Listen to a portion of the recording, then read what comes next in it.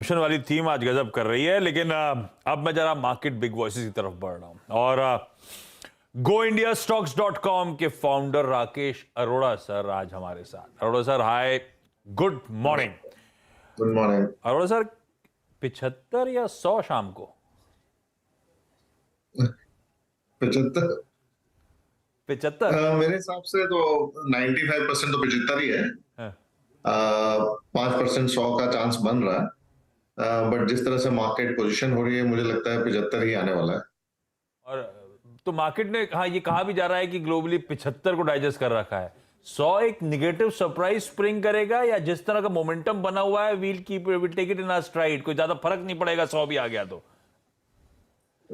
देखिए, ऐसा है कि मार्केट्स काफी बेयरिश है यूएस के, और पिछले हफ्ते काफी गिरावट आई है, तो काफी हद तक आई थिंक डिस्काउंटेड है।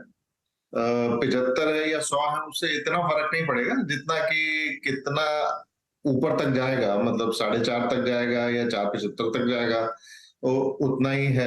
तो उसके बारे में जो कमेंट्री आएगी वो आई थिंक ज्यादा इंपॉर्टेंट होगी। एंड मुझे लगता है कि जिस तरह से अभी एक्सपेक्टेशन थोड़ी कम हो गई है, पहले 2023 में रेट कट की एक्सपेक्टेशन बन गई थी, अभी वो एक्सपेक्टेशन काफी कम हो गई है। तो मुझे लगता है कि अधिकतर जो यूएस फेड की जो पॉलिसी में चेंजेस आ सकते हैं, वो मार्केट में बिल्ट इन है। यहाँ से कोई ऐसा बड़ा सेल ऑफ ऐसा मुझे दिख नहीं।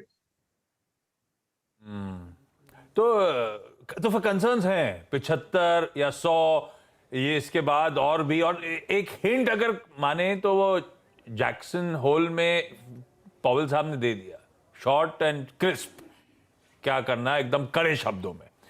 तो कई लोग मान रहे हैं आज भी कमेंट्री वैसी ही रहनी है, और अब तो फिर से इस तरह के एग्रेशन के बाद वो डर ये है कि रिसेशन हार्ड सॉफ्ट जैसा हो, रिसेशन तो जा रहा है।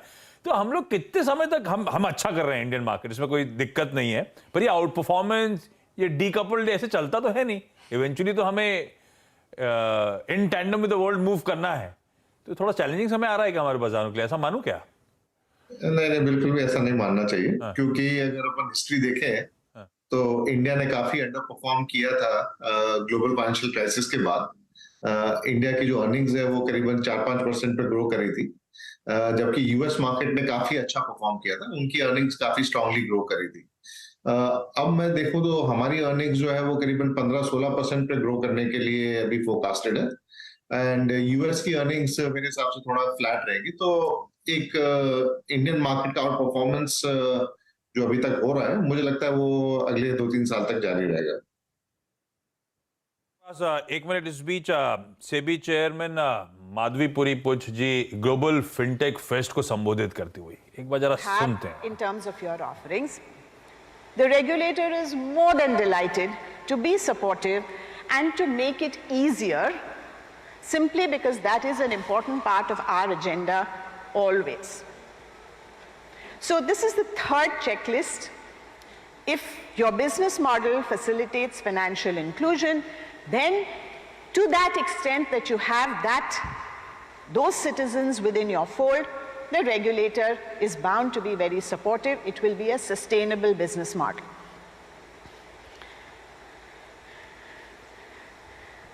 This is one of the key requirements of every regulator. I refer to it as the Abhimanyu complex. If you have a business model which relies on the assumption that once the customer is in, it's very hard for him to get out, we don't like it.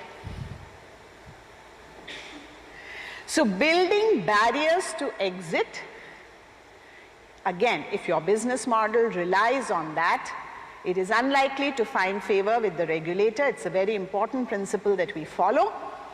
And therefore, as I said, when the regulator shows up, you will be vulnerable to regulatory risk, because the regulator will say a person who has ease of entering has a right for ease of exit. If you make it hard for तो him फिनटेक्स regulator का role ma'am mention करती हुई। और चलिए Rakesh sir, sorry थोड़ा deviation के साथ आ रहा हूं, आप आए और कमोडिटीज की बात ना हो, और आज मेटल नहीं है, आज सीमेंट। पहले क्या व्यू बन रहा है सर वैल्यूएशन स्ट्रेच थे तो शायद और ज्यादा स्ट्रेच नजर आ रहे होंगे जिसको लोग स्ट्रेच थे पहले। अब ये एक तो अंबुजा पे पहले आपका व्यू, अल्ट्राटेक वर्सेस अंबुजा पे आपका व्यू, और आप लोग सीमेंट अब इस अच्छे खबरों के बीच तमाम जो अपडेट्स आ रहे हैं अच्छे मोमेंटम की, आप अभी भी एक्यूमुलेट कर रहे हो, आप लोग का व्यू क्या है? और कर रहे हो तो गो इंडिया स्टॉक्स किस स्टॉक पे बुलिश है? ओके, देखिए सीमेंट सेक्टर पे हम काफी टाइम से बुलिश थे, और बुलिश होने का कारण ये था कि जो जिस तरह से कॉस्ट बढ़ी थी, कोयले की कॉस्ट, डीजल की कॉस्ट जो करीबन 30% सीमेंट बनाने की कॉस्ट होती है, कोयला और डीजल, उसकी कॉस्ट काफी ज्यादा बढ़ गई थी। और इसके मद्देनजर सीमेंट कंपनीज ने काफी प्राइस हाइक लिया था, बट जितना लेना चाहिए था उतना नहीं ले पाई थी क्योंकि गवर्नमेंट का काफी दबाव था। अभी सीजन चेंज हो रहा है, बिजी सीजन हम जा रहे हैं, तो वापस से आप देखेंगे कि सीमेंट प्राइस हाइक की खबरें आ रही हैं, और गवर्नमेंट भी थोड़ा अभी नरम हो गई क्योंकि इन्फ्लेशन बढ़ना रुक गया है, तो इसलिए गवर्नमेंट का भी उतना दबाव नहीं है। तो अगर मैं पिछले 25 साल की हिस्ट्री देखूं, तो जब भी इस तरह का कॉस्ट प्रेशर आता है, सीमेंट प्राइसेस एक हायर लेवल पे जाके रीसेट हो जाती हैं। तो अभी पिछले 7-8 साल में करीबन 360 रुपए पर बैग के आसपास चल रहा था ऑल इंडिया एवरेज। तो अब मुझे लगता है कि करीबन 400 रुपया प्लस चलने वाला है अगले 5-7 साल के। तो जो सीमेंट कंपनीज 1,000-1,100 रुपए पर टन बना रही थी पिछले 5-7 साल से, वो मुझे लगता है कि 1,400 से 1,500 रुपए पर टन बनाएगी। तो इसके मद्देनजर हम लोग काफी बुलिश थे सीमेंट सेक्टर को लेके। Q2 का रिजल्ट थोड़ा वीक आ सकता है, Q3 का भी हो सकता है थोड़ा वीक हो, बट मुझे लगता है कि मार्केट उसके आगे देख रहा है पहले से ही, और अगर कोई डिप आएगा तो वो एक बाइंग अपॉर्चुनिटी होगी। अब आते हैं जो अडानी ने डील करी अंबुजा को लेके। काफी बुलिश है हम लोग अंबुजा सीमेंट के प्रोस्पेक्ट्स को लेके, क्योंकि आप अगर अडानी जी का जो उन्होंने स्पीच दिया है उस पर गौर करें तो उन्होंने दो चीज के बारे में बात करी। एक तो वो वॉल्यूम लीडरशिप लेना चाहते हैं जिसपे सबकी फोकस है, दूसरा है कि वो कह रहे हैं कि it will be most profitable cement company. अब ये एक बहुत बड़ी चीज है। अभी तक जो लीडरशिप है सीमेंट कंपनीज में प्रॉफिटेबिलिटी में, वो श्री सीमेंट ने ली हुई थी। श्री सीमेंट 1,400-1,500 रुपए पर टन बना रहा था, जबकि अल्ट्राटेक और अंबुजा और ये 1,000-1,100 रुपए बना रहे थे। मुझे लगता है कि जिस तरह की कैपेबिलिटी अडानी लेके आता है, अंबुजा की प्रॉफिटेबिलिटी श्री से बराबर होके या ऊपर भी जाने की उम्मीद है।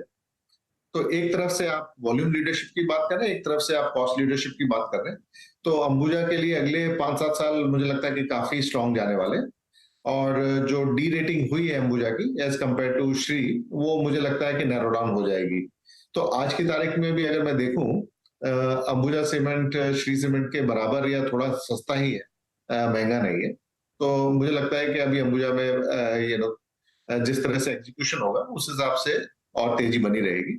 और जैसा कि मैंने कहा कि सीमेंट जनरली मैं बुलिश हूँ, तो अगर अपन अल्ट्राटेक वगैरह देखते हैं तो पिछले जो 5 साल का जो उनका एवरेज है, करीबन 19-20 टाइम ईवी/बिटा पे वो ट्रेड किए हैं।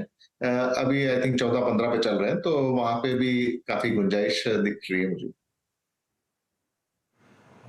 और व्यू है सीमेंट स्पेस पे। अच्छा राजेश जी, मैं आई थिंक आईटी पे आने वाला था, लेकिन उससे पहले क्योंकि आशीष ने कमोडिटीज़ की बात छेड़ दी, मैं थोड़ा गोल्ड में बात करना चाहूँगा। Gold as a underlying, and plus क्योंकि हमारा एक स्पेस जो गोल्ड फाइनेंस कंपनीज जो होती हैं इससे काफ़ी प्रभावित होता है। अब it's a has against inflation, but पूरी दुनिया है, यूएस, भारत जो है वो इन्फ्लेशन को किल करने के लिए अगर आप देखें आगे बढ़ रहे हैं, और वो एक बड़ा कारण रहा है। आई मीन गोल्ड की प्राइसिंग में जो सॉफ्टनेस आई है, गोल्ड के प्राइस पर आपका आउटलुक क्या है? क्या ट्रैजेक्टरी में सॉफ्टनेस कायम रहेगी अभी यहाँ पे, और क्या लेवल देख रहे हैं आप डाउन साइड में? देखिए, अभी नॉर्मल इकोनॉमिक्स तो काम नहीं कर रही है। नॉर्मली तो हम सोच रहे थे कि अगर जिस तरह से इन्फ्लेशन बढ़ता है और लोग उसको हेज करने के लिए गोल्ड खरीदेंगे, बट ऐसा कोई भी ट्रेंड इस बार दिखाई नहीं दिया है। जनरली अभी क्या हो गया कि सारी एसेट क्लासेस जो है वो इकट्ठा ही मूव करने लग गई है, और वो ड्रिवन है ग्लोबल लिक्विडिटी से। अब क्योंकि यूएस फेड ग्लोबल लिक्विडिटी सक कर रहा है, सब एसेट प्राइसेस नीचे आ रहे हैं, तो गोल्ड भी उसी हिसाब से चल रहा है। तो मुझे नहीं लगता कि गोल्ड इतना बड़ा कोई इन्फ्लेशन हेज हो जाएगा। मुझे लगता है कि गोल्ड यहीं पे ही जो अभी जो मौजूदा स्तर है वहीं पे बना रहेगा। थोड़ी सीजनल पिकअप आ सकती है, क्योंकि जैसे हम ये श्राद्ध सीजन खत्म होता है, इंडिया में थोड़ी बाइंग होती है फेस्टिवल्स को लेके, और फिर मैरिज सीजन भी आ जाएगा विंटर का। तो थोड़ी बहुत तेजी आ सकती है, बट कोई बहुत ज्यादा यहाँ से चेंज आ जाएगा ऐसा लग नहीं रहा।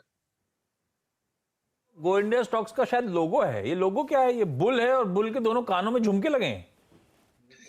नहीं, ये तराजू है, दोनों को बैलेंस किया हुआ है। बुलिश है लेकिन बैलेंस अप्रोच है, ऐसा मान लो। हाँ जी, बिल्कुल। Rakesh sir, thank you so much जुड़ने के लिए और बढ़िया व्यू शेयर करने के लिए। और कॉर्पोरेट स्कैन की बारी, जीवन स्मॉल फाइनेंस बैंक के एमडी और सीईओ इतीरा